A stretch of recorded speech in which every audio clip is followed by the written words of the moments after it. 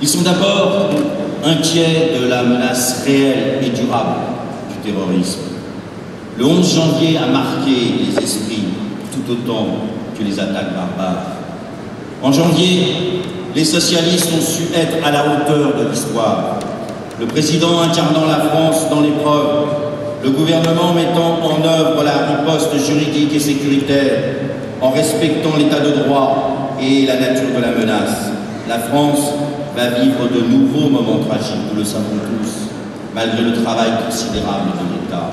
Le terrorisme nous percutera et provoquera de réévaluer sa stratégie vis-à-vis de Daesh. Et, comme vous l'avez déjà fait, je veux saluer la commandante Assia Abdallah, qui a fait le voyage jusqu'à Poitiers depuis Cotonou et qui a eu des paroles puissantes et émouvantes. On ne dira jamais le prix que nous payons de ne pas avoir suivi la France dans le bombardement de Bachar el-Assad après qu'il ait gazé son peuple. Aujourd'hui, l'amélioration est possible. Elle passe par un gouvernement syrien de transition sans Bachar el-Assad, armé par l'Europe et par la reconstitution de l'armée irakienne obéissant à un État multiconfessionnel. La question syro-irakienne est trop peu évoquée en France.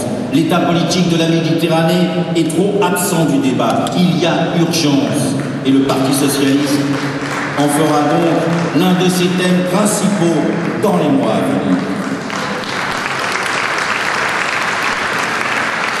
Les Français sont également confrontés à un problème vital, l'emploi. Et pour cause, sans emploi, pas de société pensable, une vie précaire, mais pas une existence pleine et entière. Toute l'action des socialistes ou l'action des socialistes aux responsabilités s'est structurée autour de l'emploi. Au nom, bien sûr, tout n'a pas été parfait dans notre action. On marquait parfois de clarté, d'efficacité aussi. Il faut dire que le legs sarkozyste était lourd. C'est ainsi, quand on arrive aux responsabilités, il y a un passé à assumer. Et quand ce passé s'appelle Nicolas Sarkozy, c'est un passif. Le passif, il faut l'assumer. La serpillière, il faut la passer. Ce n'est pas de chercher des excuses, c'est prendre compte les réalités. Nous nous sommes heurtés ainsi à la crise de l'industrie française. Elle était historique. Nous avons été confrontés à la crise et à la faiblesse des syndicats, une faiblesse que nous déplorons. Nous avons été confrontés à l'intransigeance patronale, une intransigeance que nous combattons. Le Parti socialiste n'est pas tenant de l'économie administrée. D'ailleurs, il ne l'a jamais été.